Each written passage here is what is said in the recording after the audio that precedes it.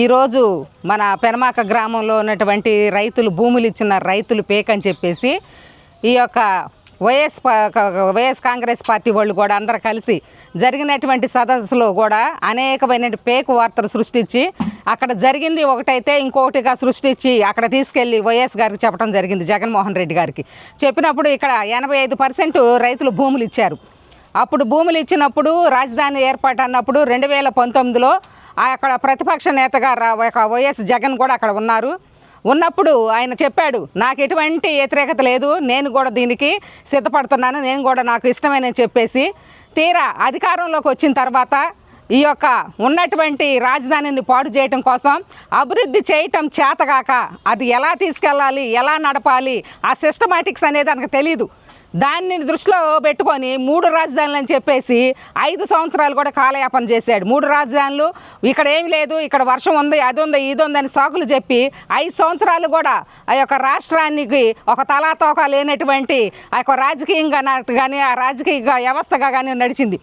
అయితే మన చంద్రబాబు నాయుడు గారు మళ్ళీ కూడా ముఖ్యమంత్రి అయిన తర్వాత ఈ యొక్క రాజధానిని మళ్ళీ ముందుకు తీసుకెళ్తూ ఇక్కడ వచ్చినటువంటి రైతులకి న్యాయం చేస్తూ, రైతు కూలీలకి న్యాయం చేస్తూ, రైతులు మనకి ఇచ్చినటువంటి భూముల్లో ఈ యొక్క భూములు అంటే రైతులకి పసిబిడ్డలతో సమానం, వాళ్ళు ఎంతో అపరూపంగా చూసుకుంటారు. అటువంటి భూముల్ని మన రాష్ట్రానికి ఒక రాజధాని కావాలి, ఆ రాజధాని ఇక్కడ ఉండాలని చెప్పేసి చంద్రబాబు నాయుడు గారు మళ్ళా ప్రారంభించి శరవేగంతో మీరు చూసుకున్నట్లయితే రోడ్లే కాదు ఈ యొక్క నిర్మాణాలు ప్రతి ఒక్కటి కూడా హైకోర్టుకు సంబంధించినవి కానీ, రోడ్లకు సంబంధించినవి కానీ, అసెంబ్లీకి సంబంధించినవి కానీ, ఎమ్మెల్యే క్వార్టర్స్ కానీ ఈ యొక్క 2 సంవత్సరాల్లో కూడా ఎంతో శరవేగంతో కూడా దాన్ని ముందుకు తీసుకెళ్తున్నారు. అది చూసి కన్ను కుట్టినటువంటి వైసీపీ ప్రభుత్వానికి ఏం చేయాలో ఆలోచన తట్ల, ఎందుకంటే ఆ మూర్ఖపు ప్రభుత్వం కాబట్టి దీన్ని ఎలా అడ్డుకోవాలి, ఎలా చేయాలి అనేటువంటి ఒక నిర్ణయంతో ఇక్కడ ఇచ్చినటువంటి ఒక 15 మంది వెళ్ళి వాళ్ళకి చెప్పినటువంటి మాటలను బట్టి మేము యొక్క రాజధానిలోకి వస్తున్నాము, చూస్తున్నాము. అసలు ఎలా వస్తారండి వాళ్ళు ఇక్కడ రాజధానికి?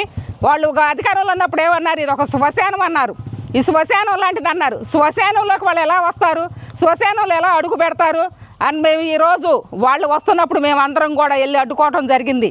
అడ్డుకొని ఈ యొక్క శ్మశానం అన్నటువంటి రాజధానికి మీరు రావడానికి వీల్లేదు, అసలు దెయ్యాల లాంటి మీరు మీ అడుగు మా యొక్క ఎంతో స్వచ్ఛమైనటువంటి అమరావతి రాజధానిలో అడుగు పెడతానికి కూడా మేము ఒప్పుకోలేదు. వాళ్ళందరినీ కూడా ఈరోజు పంపించాం. ఒక విషయం చెప్తున్నానండి, రాజధాని రైతుల్ని వాళ్ళని కలవటానికి వాళ్ళ బాధలు తెలుసుకుంటాకు వచ్చేవాళ్ళు కారులో కోడిగుడ్లు, రాడ్లు, కంకర రాళ్ళు ఎందుకు పెట్టుకొచ్చారండి? వాళ్ళు ఇసురుకొని మళ్ళీ పైపెచ్చు ఇక్కడ ఉన్నటువంటి రైతులు ఇసిరారు, ఇక్కడ వచ్చినటువంటి తెలుగుదేశం కార్యకర్తలు ఇసిరారు. ఇలా అనేకమైనటువంటి, అంటే అది ఒక రౌడీ రాజ్యం కాబట్టి, రౌడీ మొక్క కాబట్టి ఆ రౌడీలాగానే వచ్చారు. మా యొక్క కార్యకర్తలు కూడా వాళ్ళని గోబ్యాక్ అంటుంటే వాళ్ళు కారులో ఉండి కోడిగుడ్లు ఇసిరేశారు, వాళ్ళు రాళ్ళు ఇసిరేశారు. మాకు ఉన్నటువంటి ఆడవాళ్ళని అసభ్యమైన మాటలు మాట్లాడారు, ఆ యొక్క సైకిల్ చేశారు. అట్లాంటి మాటలు మా యొక్క నాయకుడు మాకు నేర్పలేదు.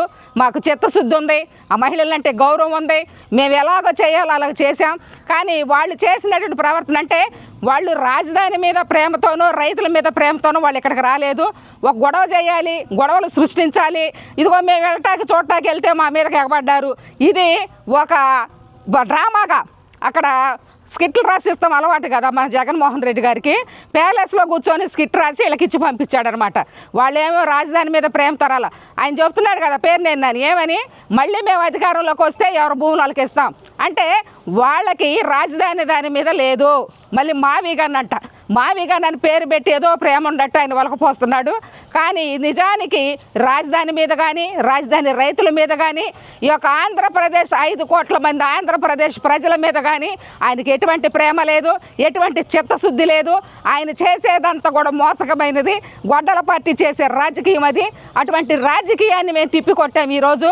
వాళ్ళు ఎన్నో ఇప్పుడు మీడియాలో చూసుకుంటే వాళ్ళ మీద మేము ఏదో చేసామని చెప్తున్నారు. వాళ్ళని మేమైతే ఏం చేయలేదు, మేము న్యాయమైన పోరాటం. అప్పుడు గతంలో కూడా మనకి రాజధాని ఇచ్చినట్టు భూములు ఇచ్చినటువంటి రైతులు, మహిళలు అక్కడ కూర్చొని నిరాహార దీక్ష చేస్తుంటే చెప్పులతో కొట్టారు, రాళ్లతో కొట్టారు, వాళ్ళని జుట్టు పట్టుకొని ఈడ్చుకెళ్ళారు, వాళ్ళని కాళ్ళతో కొట్టారు. కొంతమంది అయితే స్త్రీలు తమ యొక్క గర్భాన్ని కూడా కోల్పోయినటువంటి పరిస్థితులు మనం చూసాం ఆ రోజుల్లో. అటువంటి నీచమైన రాజకీయం చేసేది వైసీపీ ప్రభుత్వం. అలా అంటే ఇలా ఇప్పుడు వాళ్ళు అధికారంలో ఉన్నప్పుడు మమ్మల్ని కొట్టి ఇప్పుడు అధికారంలో ఉన్నప్పుడు మా మీదకే వచ్చి అంటే చేతులు గాజులు తొడుక్కొని ఎవరెక్కడ కూర్చోలేదు. వాళ్ళు చేసేటువంటి నీచ రాజకీయాలు మేము భరించము. ఆడవాళ్ళమే మేము వాళ్ళని తిప్పి కొడతాం. మరొకసారి మా రాజధాని ప్రాంతంలో ఎవరైనా సరే ఇట్లాంటి నీచ ఆలోచనలతో అడుగు పెడితే మాత్రం చెప్పుల దండలు వేసి ఊరేగించి మరీ పంపుతాం. ఈసారి గౌరవంగా పంపించాం వెళ్ళిపోండి అని. ఈసారి మా యొక్క ఏరియాలో కనుక మళ్ళీ కనపడితే మాత్రం చెప్పుల దండేసి పంపిస్తాం. ఇదిగో జగన్మోహన్ రెడ్డి, నీకు ఒకటే వార్నింగ్ ఇస్తున్నాం. రాజధానిలో ఉన్నటువంటి రాజధాని భూములు కానీ రాజధాని ప్రజలు కానీ రాష్ట్రంలో ఉన్న 5 కోట్ల ఆంధ్రులు కానీ ఎంట్రీకి కూడా నువ్వు ఉపయోగలేవు. అది గుర్తుపెట్టుకో. అది గుర్తుపెట్టుకొని నీ యొక్క రాజకీయ భవిష్యత్తు ఎలా ఉంటుందో 11 సీట్లు వచ్చినాయి మొన్న. ఈసారి నీ సీటు కూడా వచ్చిందో లేదో ఒకసారి గమనించుకుంటే నీ చరిత్ర ఏంటో నీ వ్యవహారం ఏంటో తెలిసిపోతుంది. నా పేరు దండమూడి శ్రీహరిరావు. నేను రాజధానిలో గ్రామంలో ఒక రైతుని. ఇవాళ జరిగిన సిచ్యువేషన్ ఏంటంటే వైసీపీ నాయకులు వచ్చారు. ఆ నాయకులు వచ్చేటప్పుడు మేము అక్కడ అడ్డుకున్నాం. మీరు ఆ అభివృద్ధికి నిరోధకులు, రాజధాని ఇక్కడ కాదు శ్మశానం అన్నారు, 3 రాజధానులు అన్నారు, ఇప్పుడు మావిగాని అంటున్నారు. జై అమరావతి అంటే రమ్మన్నాం. జై అమరావతి అని రమ్మంటే వాళ్ళు జై అమరావతి అన్నారు. రాజధానికి మేము వ్యతిరేకం అంటున్నారు. రాజధాని వ్యతిరేకం అన్నప్పుడు మీకేం పని ఇక్కడ, రావాల్సిన అవసరం లేదన్నాం. వాళ్ళు ఎందుకు వస్తున్నారు? ప్రపంచ బ్యాంకు నిధులు, వచ్చే పెట్టుబడులు, వచ్చే పారిశ్రామికవేత్తలు వచ్చే వాళ్ళని అడ్డుకోవడానికి, వాళ్ళని వెనక పంపించడానికి. పోయినసారి అదే జరిగింది కదా. ఇచ్చిన కాంట్రాక్ట్లు మొత్తం వెనక్కి వెళ్ళిపోయినాయి. వాళ్ళ బిల్లులు వల్ల వాళ్ళ లాస్ అయిపోయారు. వాళ్ళ మెటీరియల్ దొంగతనం చేసేసారు. మళ్ళీ అది చేయాలని వాళ్ళు ఎవరు రాకూడదు, అమరావతి డెవలప్ అవ్వకూడదు. ఎందుకు? అమరావతి డెవలప్ అయితే చంద్రబాబు గారికి పేరు వచ్చింది. చంద్రబాబు గారి పేరు రావటం వాళ్ళకి ఇష్టం లేదు.